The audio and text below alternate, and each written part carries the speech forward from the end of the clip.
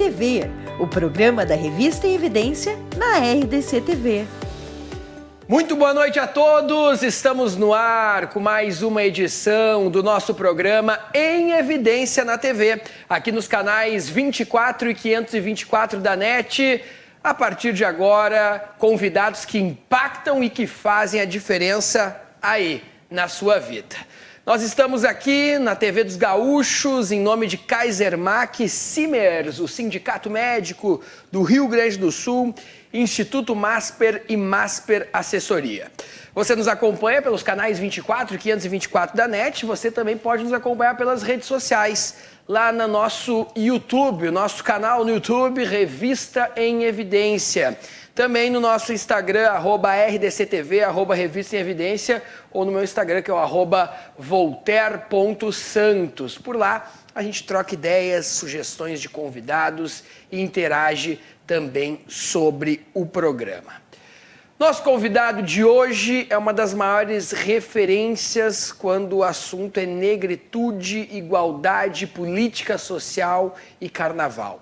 Eu convido você, gaúcho e gaúcha, que está em um dos 497 municípios, a ter uma verdadeira aula de maneira muito tranquila com Antônio Carlos Cortes. Antônio Carlos Cortes, que tem um currículo invejável, é escritor e que vai falar sobre temas polêmicos também aqui no país, passando a sua visão.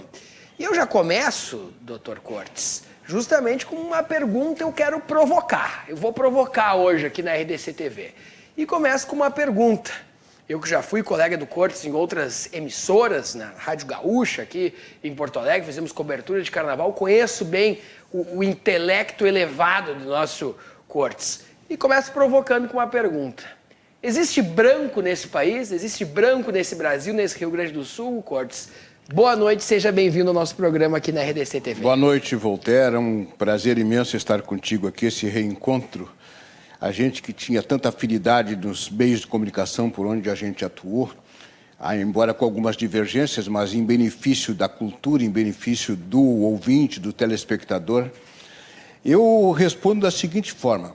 O deputado Carlos Santos, uma das maiores lideranças do Estado e do Brasil ao longo do tempo, que foi metalúrgico, depois deputado classista, deputado estadual, deputado federal, interinamente governador do Estado, ele dizia o seguinte: não pode existir racismo num país de mestiços. Um país que tem mais de 60% da população negra não pode exercer segregação, racismo e preconceito. O que é o preconceito? É eu chegar aqui na RDC TV e dizer que não gosto de Voltaire se eu não conheço Voltaire. E sair dizendo que eu não gosto de Voltaire. Aí quando eu vou conhecer o Voltaire, né, a família de Taps, eu digo, pô, mas o cara não é tudo isso que eu pensava. Ou seja, eu estabeleci um preconceito, antecipei alguma coisa. Segregação é pegar a população da antiga ilhota e jogar lá na Restinga, 30 quilômetros da cidade. Ou seja, retira esses negros daqui e põe lá, como fizeram também com os negros que colocaram no Passo do Feijó, que hoje é Alvorada. E o racismo o que é? É querer dizer que existe a supremacia de uma etnia, de uma raça, considerando raça humana, uma raça sobre outra. Então são doenças. Eu vejo como psicanalista que as pessoas não querem olhar dentro de si. E quando olham dentro de si, no espelho, se chocam e tentam inverter isso, não gostam de se enxergar. Aliás, as pessoas frequentam muito hoje o shopping para quê? Para que lá naqueles espelhos do shopping se enxergar. Porque eles não querem olhar para dentro de si. Por isso vão se enxergar ali. Eu acho que eu respondi a pergunta de uma forma muito breve. Muito bom. E já com contextos históricos, inclusive, sob o ponto de vista habitacional, aqui de Porto Alegre e região metropolitana. Como tudo tem uma explicação histórica, né? Até a nossa geografia, ela é política, ela teve algum preconceito, alguma decisão para determinados povos viverem num local, outros viverem em locais melhores. Mas Cortes, Antônio Carlos Cortes, grande referência nesse tema, como é que está justamente esta política pública da negritude neste atual governo federal? Houve um retrocesso, na sua opinião? Como é que o senhor analisa esses últimos 4 anos? Eu vou ampliar um pouco esses 4 anos dizendo o seguinte, que eu era um admirador da dona Ruth Cardoso, que foi quem começou, a esposa do Fernando Henrique Cardoso, quem começou o princípio das políticas afirmativas, que depois desagou na Lei 10.639, que estabeleceu, então, um trabalho da professora Maria da Graça, da professora Petronília Gonçalves de Silva, que era preciso conhecer a história da África. Não África como país, como as pessoas imaginam. Não, África é um continente que tem vários países nesse continente. Conhecendo a história da África e conhecer a história do negro no Brasil. Porque, como dizia o Januário, colega jornalista, ele dizia o seguinte: pode os negros existirem independente do Brasil, mas o Brasil não existiria sem os negros. Os negros encharcaram este chão com seu sangue e com seu suor.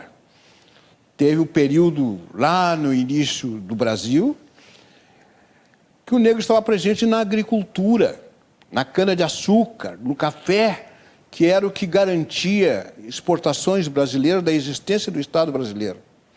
Com a abolição da escravatura em 1888, aquele excelente escravizado passou a ser um mau cidadão. Ou seja, trouxeram para o país os imigrantes brancos, deram terras, deram ferramentas, e os negros foram jogados na Rua da Amargura, como vagabundos. E veio a lei da vadiagem, que até hoje está em vigor como contravenção penal. Ao lado de jogo do bicho, porte ilegal de arma, que depois se modificou. Então, eu aplaudo tudo que possa ser feito no sentido de diminuir o fosso da desigualdade social. E políticas afirmativas, como não é possível indenizar a esses descendentes de escravizados por este trabalho que exerceram com muita dignidade no país, não é possível indenizar, então as políticas afirmativas compensam isso, não é? E é uma evidência quando há um provérbio latino que diz: in clare acessu interpretatio. Quando as coisas são claras, não precisa de interpretação. Os cotistas hoje, tu pode entrar por cota, mas tu não sai por cota. Já dizia o nosso grande amigo Oswaldo Ferreira dos Reis, de saudosa memória. Veja bem, então, o desempenho desses cotistas é superior ao dos não cotistas. Ou seja, tem que ter oportunidade. Claro. Eu fico, por exemplo, com a Daiane dos Santos, a campeoníssima Daiane dos Santos, que foi observada fazendo ginástica numa praça pública. E aí alguém disse: peraí, mas essa moça tem talento. E aí investiu, e ela teve a oportunidade de mostrar ao mundo o brasileirinho e ganhar medalhas, ser uma referência. É verdade. Emocionante. Um dos episódios mais emocionantes da história dos Jogos Olímpicos. Aí tu pega o Ronaldinho Gaúcho, eu sou colorado, mas pega o Ronaldinho Gaúcho, filho do seu João, meu vizinho lá entre Ipanema e Vila Nova ali. Ou seja, quando todo mundo enaltecia o Assis, o irmão dele, o seu João, ao invés de dizer, o bom é o outro. O bom é o pequenininho. Então, eu vejo o Ronaldinho teve a oportunidade de desenvolver o seu trabalho e se tornar 2 vezes o melhor jogador de futebol do mundo.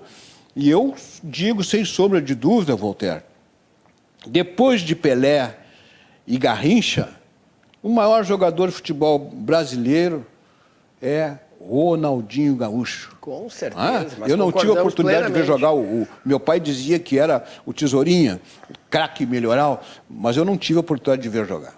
Ronaldinho Gaúcho, que marcou a trajetória no Grêmio, seleção brasileira, responsável pelo nosso pentacampeonato, protagonista. Barcelona é um rei, Barcelona. Tive a oportunidade, Cortes, de ir no Camp Nou. Agora, neste ano, fui visitar pela primeira vez Barcelona e Espanha e fui no Museu do Futebol e pude constatar a valorização que é feita para o Ronaldinho Gaúcho e também para o Romário dois negros do Sim, futebol sim, brasileiro, sim, sim. É. que tem dentro do seu museu uma parte específica com os gols e as conquistas, né? Algo que não se tem aqui, uma valorização tão boa como é aquela.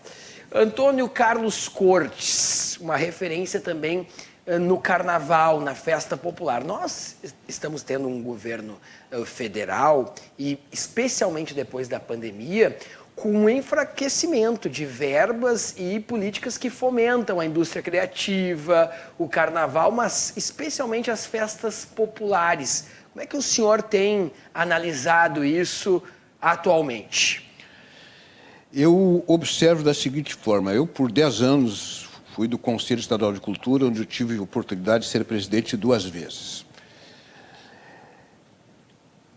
As leis de incentivo à cultura deveriam sofrer o maior apoio, quer dos municípios, quer dos governos estaduais e principalmente do governo federal. Porque entra o que chamamos de cadeia produtiva. E tu vivenciou isso também, Walter, como testemunha ocular. Verdade. No carnaval, aquele espetáculo que o telespectador vê bonito na televisão, aquelas fantasias riquíssimas, aqueles carros alegóricos, aquele samba-enredo maravilhoso que eu trato no meu livro, que é o maior remédio para quem está com depressão, quem está com ansiedade. Houve um samba-enredo que ele se eleva, né? É direto na alma, do DNA da alma. Então, eu observo que precisaria de muito mais apoio.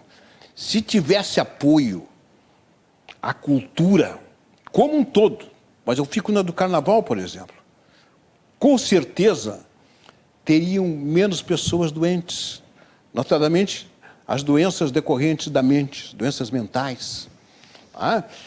Teríamos menos violência nas ruas. Eu levantei um dado, juntamente com o meu irmão Cláudio José Silveira Brito, quando ele ainda era promotor de justiça, depois se aposentou e foi exercer o jornalismo de novo. Nós chegamos à seguinte conclusão, e não fomos rebatidos: no carnaval diminui o índice de violência no país. Por quê? Eu encontro, fora do carnaval, o Voltaire na Rua da Praia, e admitindo que a gente não se conheça, e a gente se esbarra. O Voltaire já vai me olhar atravessado, eu vou olhar atravessado, e dependendo da coisa a gente já sai no soco. Agora, se é carnaval, oba, tudo bem, numa boa, vamos adiante. Cai um pouco de cerveja. Então, desarma o espírito. Tu está aberto ao aconchego, o acarinhamento, o acolhimento que se usa tanto. Por isso que eu vejo que políticas públicas precisam, sim, ser incentivadas por lei de incentivo à cultura. O que é a lei de incentivo à cultura? Não é por simplesmente colocar o valor, não. É que aquele empresário que investe na cultura, com relação à lei Rouanet, por exemplo, vai bater no imposto de renda.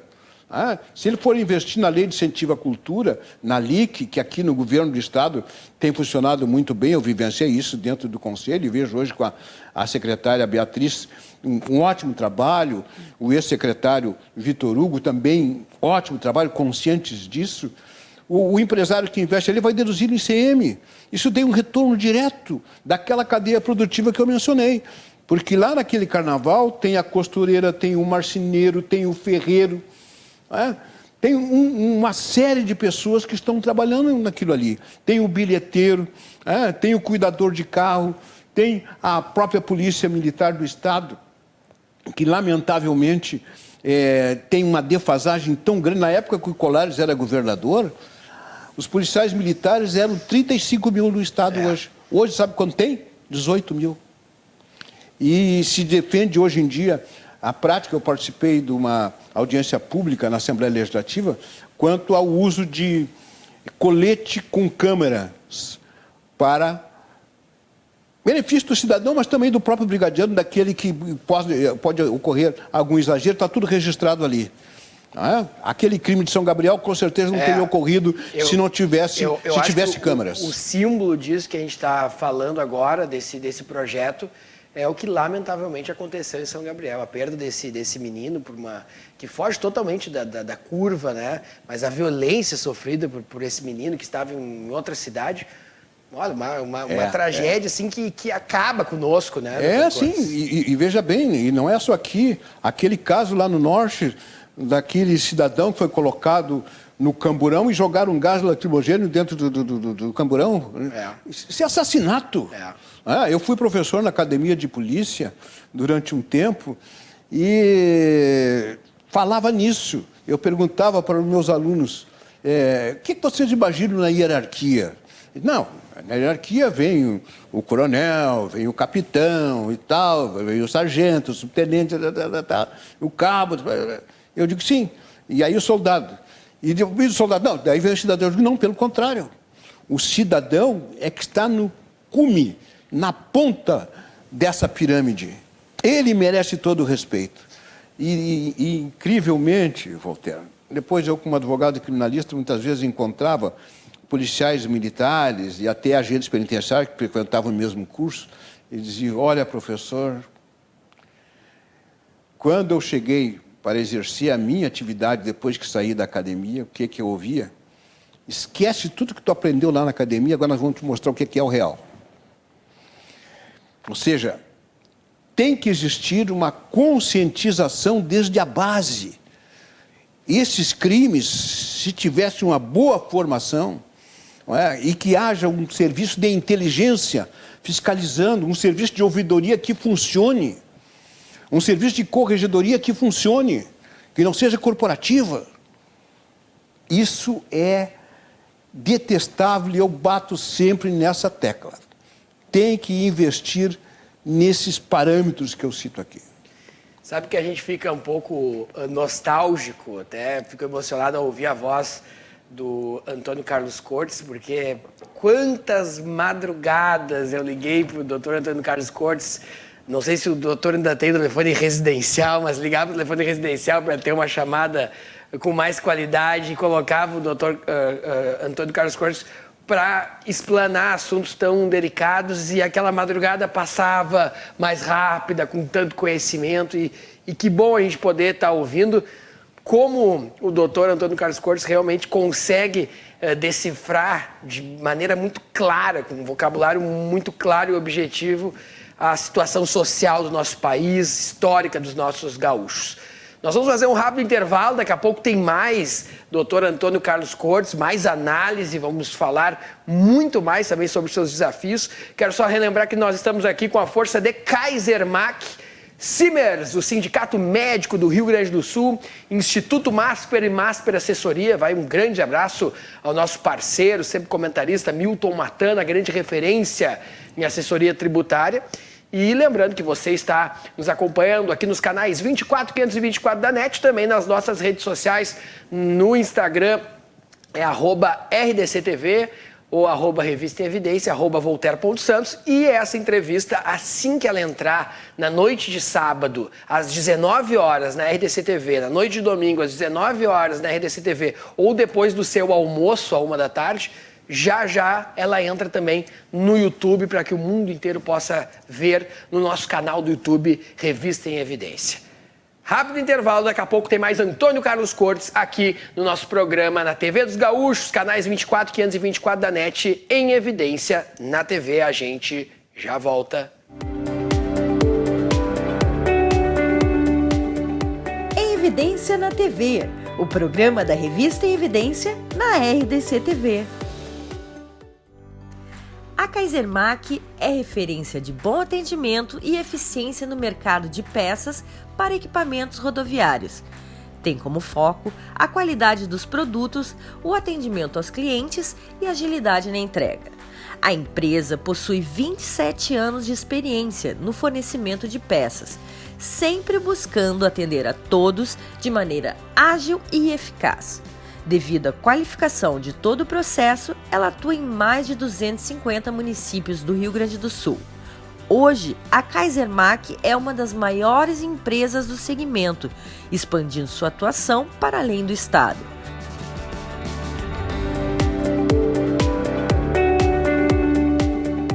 Em Evidência na TV, o programa da Revista em Evidência na RDC TV. Estamos de volta com o nosso programa Em Evidência na TV, aqui nos canais 24 e 524 da NET. Muito obrigado pela grande audiência nos 497 municípios do Rio Grande do Sul que nos acompanham nas noites de sábado, noite de domingo e sempre depois do seu almoço, ali por volta da 1h da tarde, quando você está preparando aquele seu cafezinho para voltar ao trabalho ou no próprio trabalho, e você aprende muito com os convidados que passam por aqui, que impactam e fazem a diferença aí na sua vida. Nós estamos hoje com Antônio Carlos Cortes, uma referência que nós temos a honra de receber aqui. Eu já tive a felicidade de trabalhar com ele em outras emissoras, mas fico cada vez que ouço o Cortes, fico mais encantado com o modo de enxergar e explicar as questões sociais brasileiras e gaúchas. E que bom que não só eu estou encantado, a gente está conseguindo dividir com toda a nossa audiência que acompanha nos canais 24 e 524 da NET. É claro que com tanto conteúdo assim, o nosso Antônio Carlos Cortes também é autor de muitos livros. Eu vou mostrar um pouco da sua obra e falar rapidamente também sobre as suas obras, né? O primeiro que eu vou mostrar aqui é A Alma do Carnaval no Espelho, uma pesquisa psicanalítica que eu estou mostrando aqui na tela, justamente uma obra de Antônio Carlos Cortes, A Alma do Carnaval no Espelho, pesquisa psicanalítica. Ele também tem essa formação. Quando essa obra e o que trata ela, Cortes? Trata de que o desfile de carnaval, a concentração de uma escola de samba, ou o simples ouvir de um disco de samba enredo, vai ao encontro da ansiedade da alma, vai ao encontro da depressão, porque existe a ocitocina e a serotonina. O que é a serotonina, o que é a ocitocina? Ocitocina e a serotonina eu chamo do hormônio do amor. A ocitocina, ela desperta, por exemplo, na mulher durante o parto, no momento do parto, age como um tipo de anestesia geral para resistir à dor do parto. Mas o homem também pode provocar isso ao cutucar o seu timo que está atrás do coração. A palavra ritmo tem timo. Este componente é despertado num desfile de carnaval. Carnaval que tem lá os seus quesitos, mas existe um sexto, um sétimo, um oitavo quesito, dependendo da região, que é despertado, que é a empatia que se dá com o público presente na avenida, com o telespectador, ok, simplesmente ouve um disco. Sabe que antes de mostrar as duas obras, a gente está mostrando as obras aqui do Cortes e pegando um comentário de um minutinho só para exemplificar, mas só aproveitando esse tema, Cortes, queria pegar a tua opinião. O Carnaval de Porto Alegre, lá no Complexo Cultural Porto Seco, longe, longe do centro da cidade, longe onde as coisas acontecem aqui na cidade, não prejudica as escolas de samba, os desfiles, na sua opinião? Sem dúvida nenhuma, Voltaire. O Carnaval de Porto Alegre, ele é sui generis no país. Ele não tem comparação com o Carnaval do Rio de Janeiro, que é a matriz, nem com o Carnaval de São Paulo. O Carnaval de Porto Alegre tem os seus próprios compositores, tem os seus próprios passistas, seus próprios ritmistas, os seus próprios construtores dos carros alegóricos. Tem a nossa cara. Nós realizamos uma festa para nós mesmos. E com isso, há essa empatia com o público de cada bairro. Por exemplo, todo mundo sabe, o livro é baseado, o primeiro livro que eu cito aqui, é baseado na história, em parte, dos mais de 80 anos dos Bambas, com 82 anos. Teve o seu Nenê, seu Lorival, dos Bambas da Orgia, que lá nos anos 50, foi fundado em 1940, Bambas da Orgia quase enrolou o estandarte, a bandeira. E aí o que foi o seu Nenê? Segurou, ele segurou. E os Bambas estão aí até hoje, campeão do Carnaval.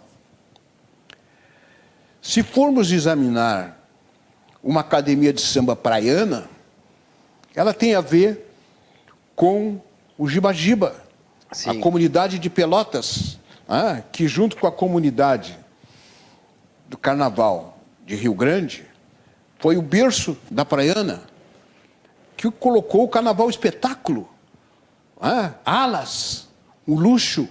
Aquilo que o Josinho 30 disse é a verdade. Quem gosta de pobreza é rico. O pobre gosta do luxo da avenida. Claro. Essa criatividade. O Fernando Pamplona dizia o seguinte, ó. Que é verdade. A gente tira da cabeça o que não se tem no bolso. É o que se faz aqui. É interessante essa opinião de arte. Interessante essa opinião do Antônio Carlos Cortes, porque talvez um carnaval mais na área central aqui de Porto Alegre gerasse maior interesse, inclusive interesse comercial, que é interessante, né? Por isso que até as festas de bloco que tem no centro da capital reúnem, mas se talvez as escolas de samba tivessem esse incentivo para vir mais para a área central, talvez tivéssemos um maior interesse da sociedade, porque o interesse da sociedade também é o interesse comercial, com o interesse comercial toda a cultura da indústria criativa ficaria propensa ao carnaval. Seguindo aqui com uns livros aqui, que eu quero fazer essa sessão biblioteca Antônio Carlos Cortes, que é muito legal. Aqui Antônio Carlos Cortes e Luiz Armando Vaz, um grande fotógrafo também. Rua da Praia, 40 graus. Aqui realmente traz a realidade de uma das principais ruas do país, com histórias, vendedores, pessoas lutando. Qual é a temática desse livro aqui, Cortes? É verdade. Essa Rua da Praia que tem, por exemplo, a Galeria Chaves, que é a galeria mais charmosa do Brasil, a galeria que tem os requisitos fundamentais da arquitetura bela época, onde eu vou estar autografando agora na quinta-feira, dia 22, o mais novo livro, que é A Alma do Carnaval no Espelho, no subsolo, às 17 horas, com um solo, um recital de piano e tal, dando todo aquele clima. A Rua da Praia é a passarela, né, de tudo em Porto Alegre. A Rua da Praia onde eu comecei a assistir carnaval, que era na esquina da Rua da Praia com a Avenida Borges de Medeiros, onde a gente assistia às tribos. Porto Alegre chegou a ter 17 tribos. E as tribos o que faziam? Contavam a história dos verdadeiros donos dessa terra. Que legal. Que eram os indígenas, né? Os silvícolas, né? E contando, imagina, 17 tribos. Isso aí, quando assistíamos isso, eu e meus irmãos, nós chorávamos, porque uma tribo vinha com uma ala de 17 bandolins, 20 violões, cavaquinhos. A harmonia era tão bela. E fazendo aquela encenação, porque as tribos não têm samba-enredo, as tribos têm hino. E o hino comunica exatamente a questão do enredo. Por isso que Porto Alegre, tu diz bem, Walter, se Porto Alegre tivesse a sua pista de eventos no centro, seria o colosso, porque eu sou da época em que o argentino, o uruguaio, o paraguai e até o peruano vinha assistir o Carnaval de Porto Alegre para assistir as tribos. Lotavam as arquibancadas. Então, fica um apelo ao nosso prefeito Melo que se consagre na cidade, já que não pode mais construir ele é um homem de carnaval, né? É um homem de carnaval, dos imperadores, dos meus imperadores, e que possa, já que estão lá no Porto Seco os barracões, que eu chamo de oficina de arte, vamos completar aquilo lá, construindo as arquibancadas definitivas, dando conforto a esse povo, que não tem condição de ir assistir Carnaval de São Paulo, do Rio de Janeiro, nem da Bahia, nem de Salvador, mas que esse povo possa ter um momento de lazer, de entretenimento e aprender a cultura. Tu pega, por exemplo, teve um samba-enredo que dizia assim, ó, Joaquim José da Silva Xavier nasceu em 21 de... Tu está contando o nome completo do Tiradentes, está dando a data de nascimento do Tiradentes. Qual é o meio cultural que ensina a cultura? O menino está lá fazendo a prova de história, cai a pergunta, quando é que nasceu o Tiradentes? Vai, peraí, tem um samba-enredo que diz isso. Exato, ele vai cantarolar ali mentalmente e vai lembrar. Claro, na verdade são páginas de história através de música e enredo. Sim. Tudo isso é de uma importância assim que é como dizia o compositor e poeta mineiro, que daqui a pouco me vem o nome, ele dizia o seguinte, que operário do canto me apresento, sem marcas ou cicatriz, mãos limpas, aberto o peito e mostro o documento, a palavra de acordo com o pensamento. Há um som de búzios no mar do meu canto, mas só canto quando vejo nos olhos dos meus irmãos a esperança. Então, isso carnavalizado, tu está fazendo essa introspecção. É uma expressão tá falando de arte interior. completa, né? É uma Tu expressão pega de arte completa. Uma cantora tipo Áurea Martins, que é a maior cantora viva da música popular brasileira, que está com 80 e tantos anos, que ninguém conhece. É um estilo assim, Elisete Cardoso, mas com um certo plus. Tá no talento. Como um talento de uma Elis Regina, de uma Adriana Calcanhoto, e tantas outras. E isso, o Carnaval de Porto Alegre tem, na minha concepção, o Paulo da Silva Dias, o Jajá que tu conheceu, é o maior puxador de samba do Brasil, de todos os tempos. E olha que eu respeito o Jamelão, mas o Jajá, cantando Festa de Batuque, que foi o maior enredo que eu já assisti, e olha que eu sou imperador. Festa de Batuque, pelos bambas da orgia, quem viu, viu, quem não viu mais. Então não tem essa que alguns dizem, o Carnaval de Porto Alegre é incipiente. Não é incipiente, ele é maravilhoso. E veja bem, tem todo um ritual. Os bambas da orgia desfilavam programado em um determinado horário. Naquele horário chovia um monte. E no momento que os bambas foram desfilar, a chuva parou. Bamba desfilou, a chuva voltou. Isso é uma ligação com o alto. A palavra alma está dizendo a ligação da matéria com o alto. E a ligação dos orixás estão presentes em tudo. Continuando aqui nosso momento da biblioteca dos livros que Antônio Carlos Cortes escreveu. Hoje é um dia para a gente aprender, né? Aliás, você que está aí à noite, que bom você que está passando os canais e parou aqui conosco para a gente aprender realmente sobre cultura, história e entender porque chegamos nesse momento aqui. Estamos aqui também com a obra Degraus da Vida, de Antônio Carlos Cortes. Detalhe para a capa, que é o Cortes numa escada, olhando para o seu neto, ou seja, um encontro de gerações. Uma metáfora que diz muito sobre a vida. E o que Degraus da Vida tem para os leitores, Antônio Carlos? Eu quero destacar que a capa deste livro e o do Rua da Praia 40 Graus é uma graça do artista plástico Vinícius Vieira. Excelente. Quanto ao livro, tu disse bem, tu espiou aí, Voltaire, com a tua sapiência, a tua inteligência. Degraus da Vida. Nós precisamos dar 10 aos graus da vida. Eu estou dizendo ao meu neto que para se conseguir subir a escada de Jacó, tem que subir degrau por degrau, com a ética, com moral, com seriedade, com competência. É isso que eu passo nesse livro. Degraus à vida, o caminhar. As crônicas que eu faço aí são as crônicas que eu publico nos jornais, Correio do Povo, Jornal do Comércio, enfim, em outros jornais tem crônicas inéditas. E eu revelo isso. Não é livro de autoajuda, não. É livro quase que de psicanálise em si, todos. Porque leva a pensar, leva a uma reflexão. E isto me basta. Por exemplo, que o meu primeiro livro solo foi Bailarina do Sinal Fechado, que está esgotado, como todos estão esgotados. O que eu revelava naquele Bailarina do Sinal Fechado? Todas as manhãs, eu passava na Ipiranga, esquina com a Silva Só. E tinha uma menina ali que vendia o seu jornal e, ao mesmo tempo, metia a mão no bolso e dava bala para os pais que estavam levando os filhos ao colégio nos seus carros. Ela dava uma balinha ali e tal. Então, quando batia o sol, era uma menina muito bonita, uma menina negra muito bonita, aparecia ela serpenteando no meio dos carros. E eu lembrei da Ana Maria Botafogo, bailarina número 1 do Brasil, do Municipal do Rio de Janeiro, e eu fiz a crônica, então, Bailarina do Sinal Fechado, porque ela tinha um cuidado que, quando o sinal fechava, ela parava de trabalhar, para não trancar o trânsito. na aquisição da venda de jornais. E, ao mesmo tempo, fazia esse carinho a essas crianças. Isso chamou a minha atenção. E é o que eu desdobrei naquele livro do Bailarino do Sinal Fechado.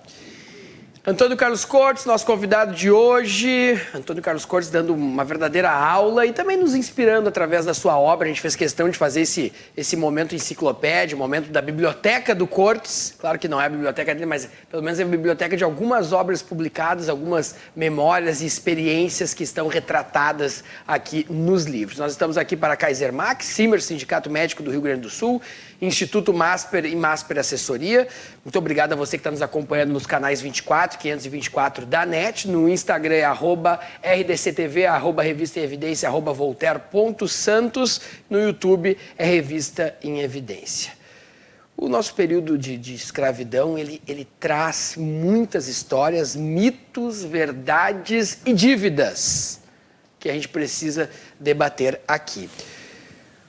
Há alguns mitos que se fala, que se propaga, Cortes, que eu gostaria de desbravar e pegar o seu significado através do teu estudo, da tua pesquisa e da tua própria experiência de vida.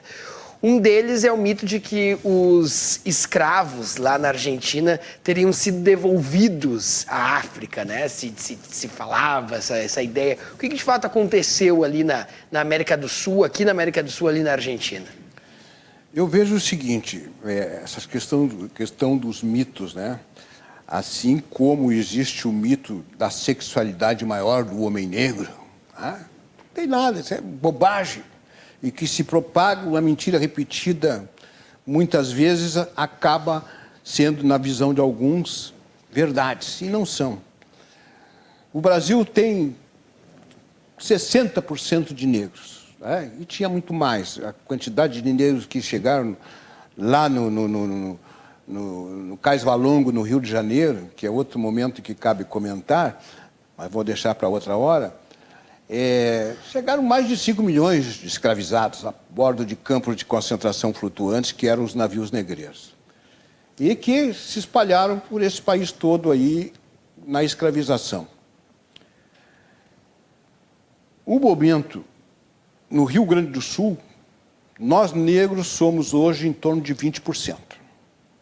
É o mesmo percentual de negros que tem nos Estados Unidos, só que nos Estados Unidos faz tanto barulho que as pessoas pensam que é muito mais. É verdade. Mas o Dia da Consciência Negra começou aqui, em Porto Alegre, e se espalhou para todo o país, o Dia da Consciência Negra, 20 de novembro.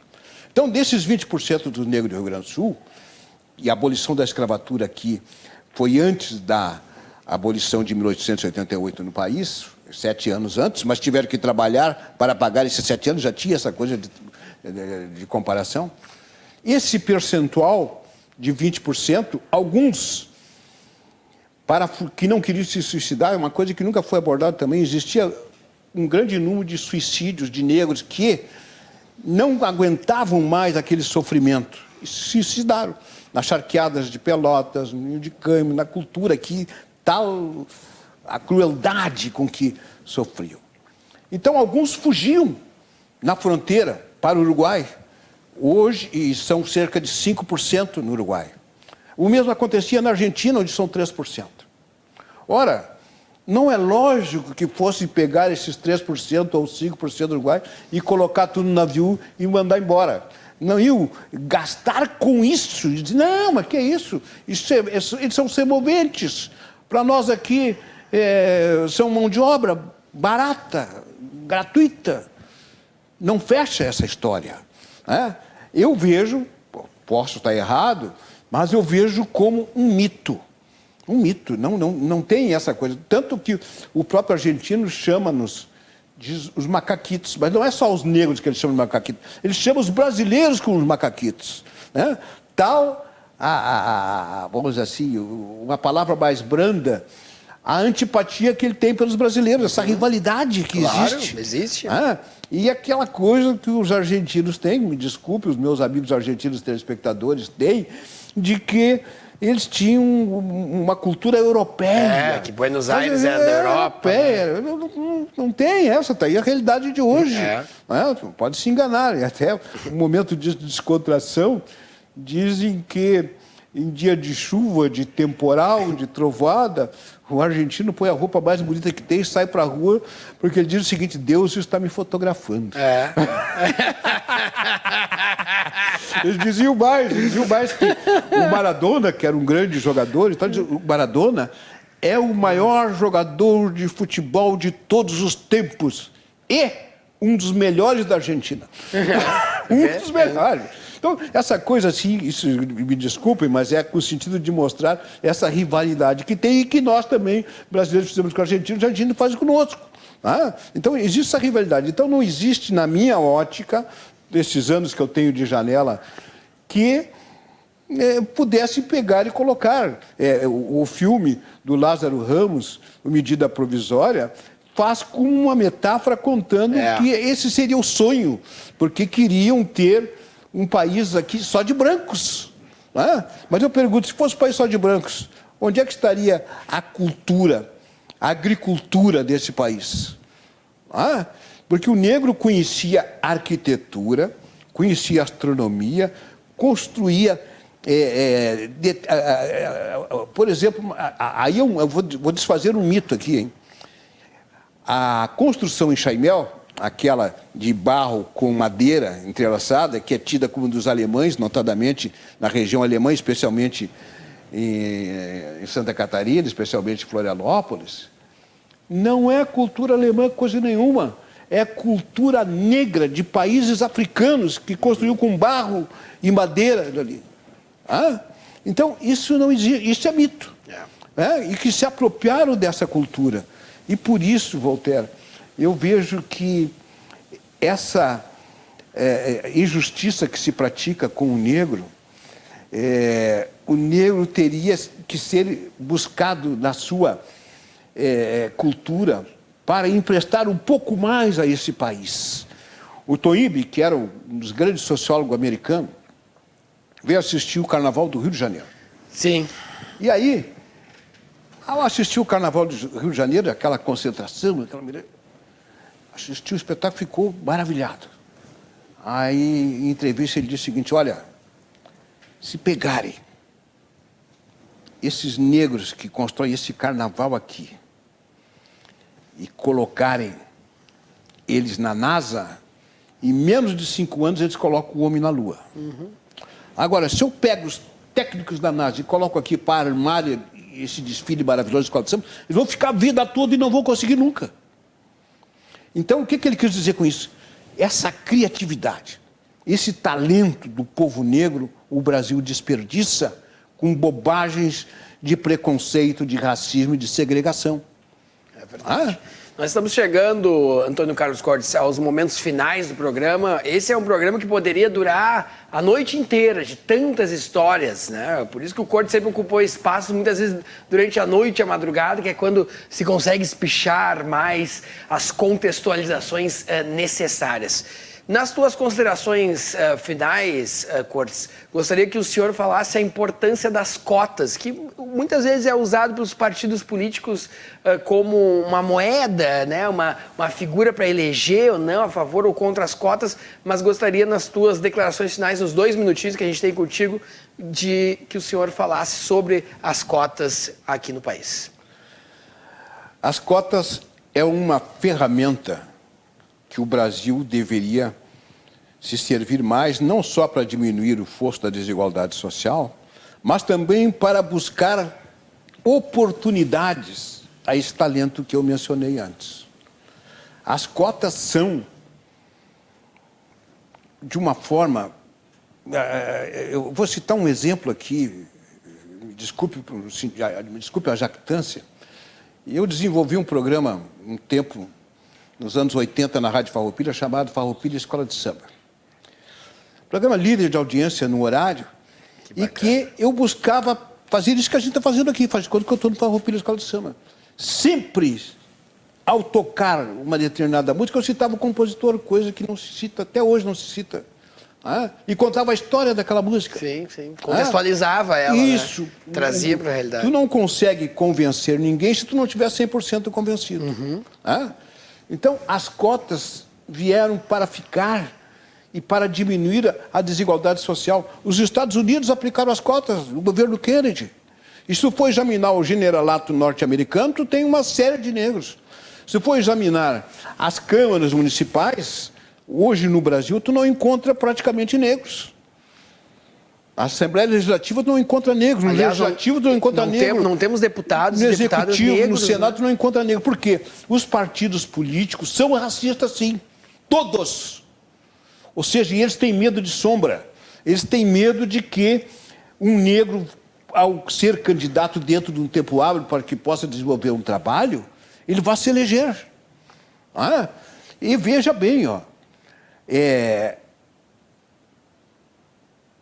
os casos de corrupção no país, ao longo da história, dos últimos 20 anos, tu não encontra nenhum negro envolvido em corrupção. Tu encontra um negro sendo um Joaquim Barbosa que, como juiz, puniu a corrupção. O negro aparece positivamente. Eu pergunto, caso a política de cotas existisse no país há mais tempo, quantos Joaquins Barbosa não existiriam dentro do judiciário brasileiro? Quantos Joaquins Barbosa não estariam aí? E tem também o desembargador na Justiça do Trabalho, negro também, que hoje é o corregedor, se eu não me engano, do STJ. Então, isso é evidente, porque tem o seguinte, por mais que se diga que o país não tem racismo, basta se examinar, por exemplo, as filas de emprego, as segundas-feiras das empresas, maioria negra, e quantos são admitidos? E teve uma época que o setor que recrutava botava um pontinho, que era o símbolo, para quando encaminhava para a empresa, a pessoa já sabia que aquilo era negro. Nem chamava. Nossa. Não chamava. E eu vou citar um exemplo meu. Eu fiz um concurso de locutor numa grande rádio do Rio Grande do Sul, lá na década de 70. Se inscreveram 700 candidatos. Eu fiquei em terceiro lugar. E fui chamado pelo gerente. Quando eu cheguei, o gerente, que já era branco, ficou mais branco ainda. É tu, o Antônio Carlos Cortes? Aí conversou um pouquinho ali, só tu aguarda que nós vamos te chamar. Não chamou. Sim. Aí passou um tempo, eu fiz um concurso de apresentador de televisão, programa noticioso. Fiz lá o teste. Né? Aí tinha menos gente, tinha uns 150. Sim. Os câmeras, os suítes, disseram, tu foi o melhor.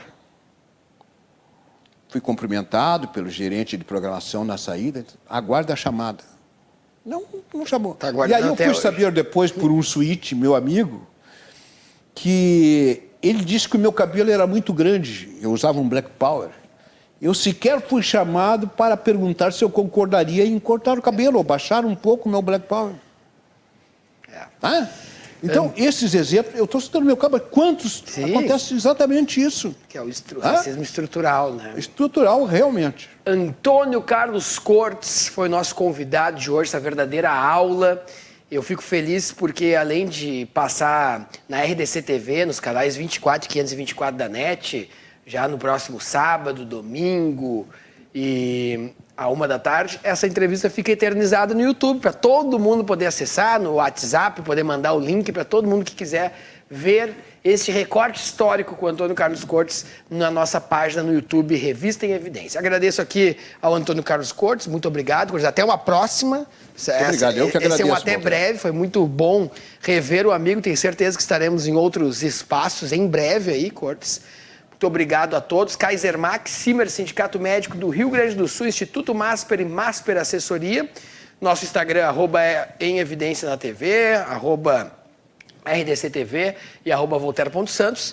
E você agora vai ficar com o quadro Andréia Fioravante aqui no programa. O comentário da Andréia em Evidência a partir de agora. Tenham todos uma excelente semana.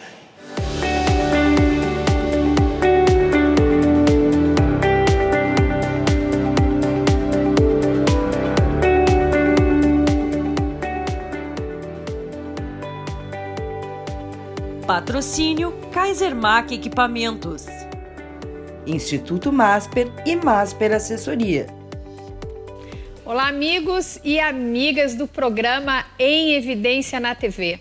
Eu sou a Andréa Fioravante e trago mais um tema para nós refletirmos. Eu quero saber qual é o seu porquê. Responde para você mesmo aí. Qual é o seu porquê, meu amigo? Qual é o seu porquê, minha amiga? Talvez você pergunte, Andréa, não estou entendendo. Bem, eu quero saber por que você levanta todos os dias e sai da sua cama. Por que você vai trabalhar? Por que você trabalha no que você trabalha? Por que você se relaciona com o grupo de amigos que você se relaciona? Bem, você sabia que nós conectamos com outras pessoas a partir dos nossos valores? A partir das nossas dores? Você sabia que você também conecta com outras pessoas e segue outras pessoas pela superação delas em algum problema, em algum desafio que faz sentido para você? Pois é. E o seu porquê? Quando nós trabalhamos no automático, quando nós vivemos no automático, nós cansamos mais, nós nos frustramos mais, nós nos decepcionamos mais. Nós vivemos por viver, ou então sobrevivemos, quando nós não sabemos o nosso porquê. Eu quero te dizer que o teu Criador te fez com um propósito. Muitos homens e mulheres hoje colocam a culpa nos colegas, no chefe, estão cansados do seu dia a dia, no seu ambiente de trabalho. Chega no domingo, já começa a ficar de mau humor, já começa a ficar cansado antes da segunda-feira e diz assim, poxa, amanhã já é segunda-feira. Isso pode ser sintoma de que o que você está fazendo, no que você está trabalhando, não está congruente com seus valores, com seus princípios, com o seu propósito de vida. Quando nós trabalhamos alinhados ao nosso propósito, alinhados aos nossos princípios e valores, nós cansamos, é óbvio, o nosso corpo cansa, é físico, mas é um cansaço gostoso, um cansaço que você chega em casa e diz assim, tô cansada, mas estou realizada, tô cansado, mas cumpri o meu propósito. Então, pense, reflita com você. Às vezes não é o seu colega, não é o seu chefe, não é o trânsito, não é o governo, não é a inflação. Sabe o que é? É que o que você está fazendo está brigando, está tendo conflito com seus valores e com seu propósito de vida. Talvez você diga, Andréa, mas valores, princípio eu não sei identificar. Então eu vou te dar um exemplo.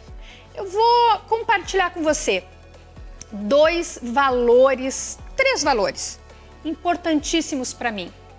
Primeiro, Deus, a minha fé. Segundo, a minha família.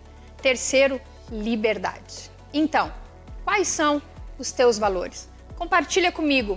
Me siga, @andrea.fioravante e se inscreva no nosso canal do YouTube da revista Em Evidência. Tudo de bom para você e Deus te abençoe.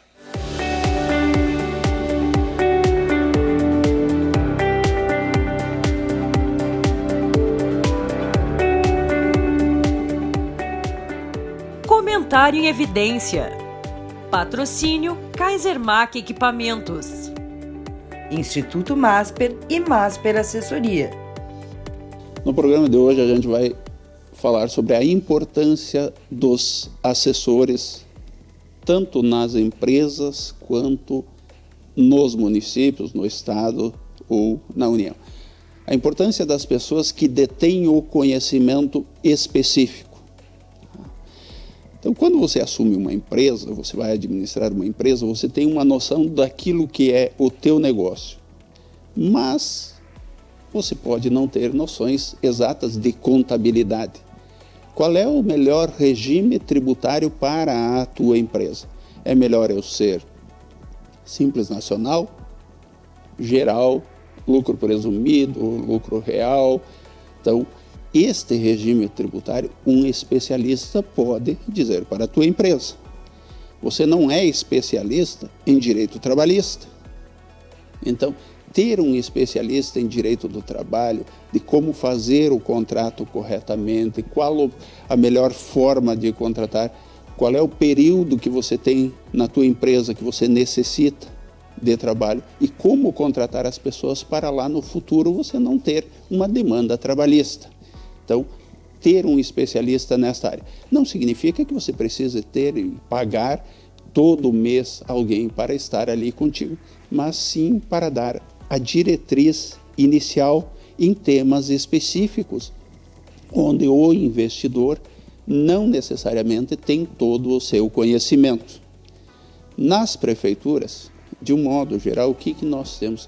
São prefeitos de diversas áreas. Então, eu tenho prefeito que é agricultor, tenho prefeito que é advogado, tenho prefeito que é médico, administrador. Da mesma forma, não detém todo o conhecimento específico em todas as áreas. É importante para a boa gestão que ele se assessore de pessoas com conhecimentos específicos na área tributária, na área contábil, na área financeira, enfim. É importante você ter o especialista que vai te dar os rumos. Como eu disse, não necessariamente para sempre, mas que oriente a tua equipe para que ela possa trabalhar de forma correta e os problemas não acabem estourando no administrador. Sou Milton Natana para o Evidência na TV.